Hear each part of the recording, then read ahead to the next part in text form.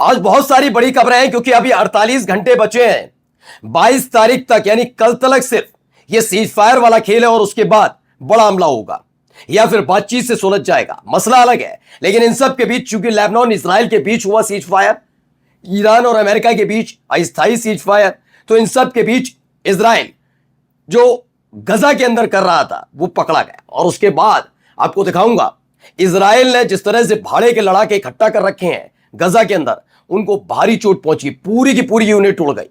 Israel का एक tank उड़ा दिया गया।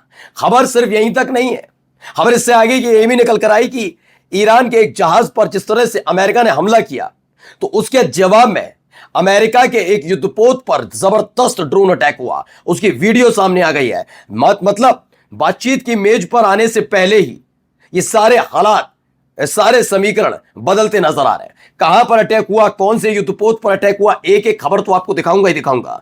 इसके साथ साथ आज आपको दिखाता हूं ईरान ने इजराइल की एक एम्बेसी को निशाना बनाया। किस देश में निशाना बनाया और जिस देश में निशाना बनाया उस देश ने कर दिया सरेंडर कि भैया अब जरूरत नहीं है, अमेरिका अपना मिलिट्री बेस हमारे यहां से निकाल ले, हटा ले।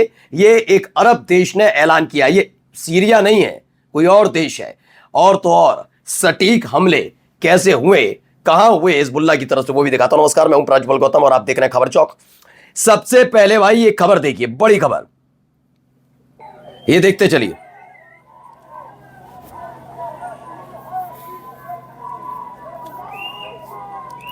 तो एक और लड़ाका संगठन इजराइल ने खड़ा किया था। क्यों खड़ा किया था बताऊंगा। फिलहाल वो वहां पर जाकर तमाशा करते नजर आ रहे थे। डराने धमकाने का काम इजरायली और फिलिस्तीनियों को हो रहा था। हमास को इस बात की जानकारी मिली और उसके बाद की आप हालत देखिए। ये देखिए वीडियो में, ये आगे वाली गाड़ी देखिएगा।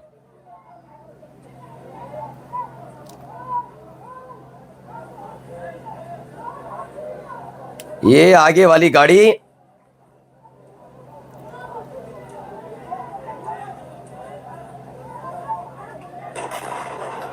उड़ गई, आगे वाली गाड़ी को उड़ा दिया गया। उसके बाद गोलीबारी होती रही। पीछे जो गाड़ी में सवार थे वो उतरे, एक्शन मोड में नजर आए, लेकिन फिलहाल उनके कई साथी उड़ा दिए गए, पूरी यूनिट उड़ा दी गई। दावा है कि अल कसम ब्रिगेड यानी कि हमास ने खान यूनुस इलाका, जहां पर इसराइल ने पैसा हथियार देकर एक अलग लड़ाका संगठन खड़ा किया हमास के खिलाफ, उसको बहुत जबरदस्त तरीके से चोट पहुंचाई गई है।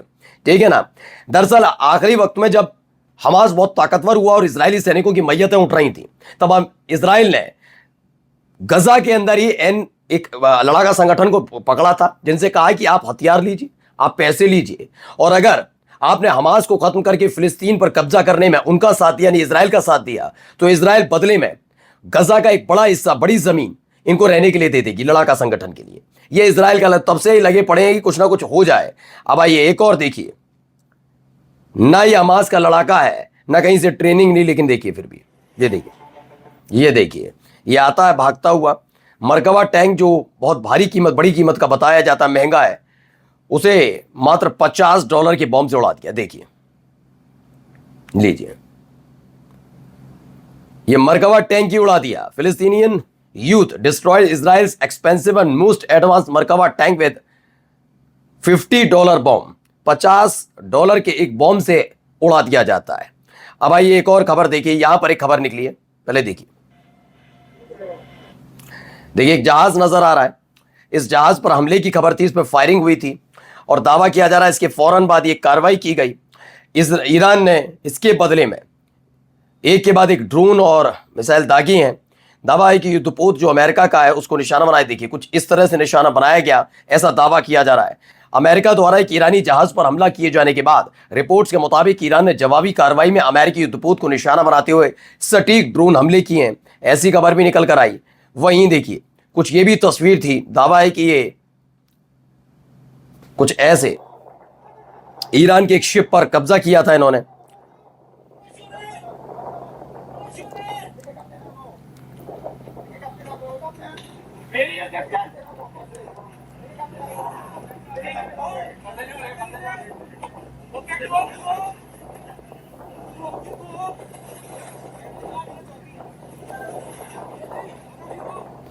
सोचिए, बातचीत होनी है उससे पहले ही का है ये सब कुछ।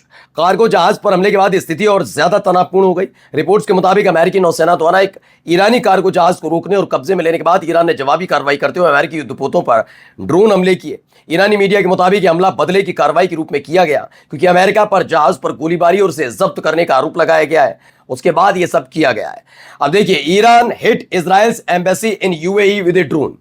ड्रोन की मदद से ईरान ने यूएई में बने एक इजराइल की एम्बेसी को निशाना बनाया है, और उसकी पुष्टि किसी और ने नहीं, इजराइल के चैनल 14 ने की है। उनका कहना है कि हाँ, यूएई में उनका एक एम्बेसी जो इजराइल इस्तेमाल करता था, वो इमारत जो इसे इजराइल एक एम्बेसी के तौर पर इस्तेमाल करता था, उस पर ड्रोन अटैक हुआ है। यानी अब दोनों तरफ से वार पलटवार का खेल शुरू हो चुका है। ये बातचीत हो रही है जिसमें कहा जा रहा है कि इस्लामाबाद पहुंचेंगे, होनी तो सोमवार को थी, लेकिन हो रही है अब ये मंगलवार को, कहा जा रहा है अभी हो रही है, कंफर्म नहीं है।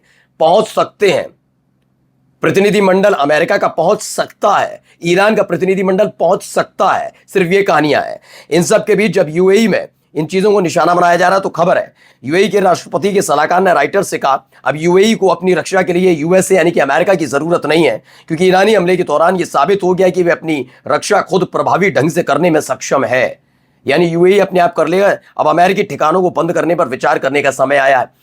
इससे पहले कतर ने भी एक जताया था, सऊदी अरब भी यही कह रहा था कि वो हमारी मदद क्या करेंगे, वो खुद अपनी मदद नहीं कर पाए, अपने सैनिक नहीं बचा पाए, अपने मिलिट्री बेस नहीं बचा पाए, तो उनकी मदद क्या करेंगे, ऐसा उनका कहना था। अब आइए, we will not forget, we will not forgive, we will take revenge. Hezbollah Hamas के साथ फिर से शुरू हो गया 2। अब हुती लड़ाकों ने भी ऐलान कर दिया वो भी बड़े हमले करेंगे 3। इराक का लड़ाका संगठन 4, और 5वां ईरान तो है ही। ये 5 जगह से इजराइल घिरा हुआ है। फिलहाल हालत खराब है। वहां देखिए, मोसाद के 2 जासूसों को फांसी दी गई।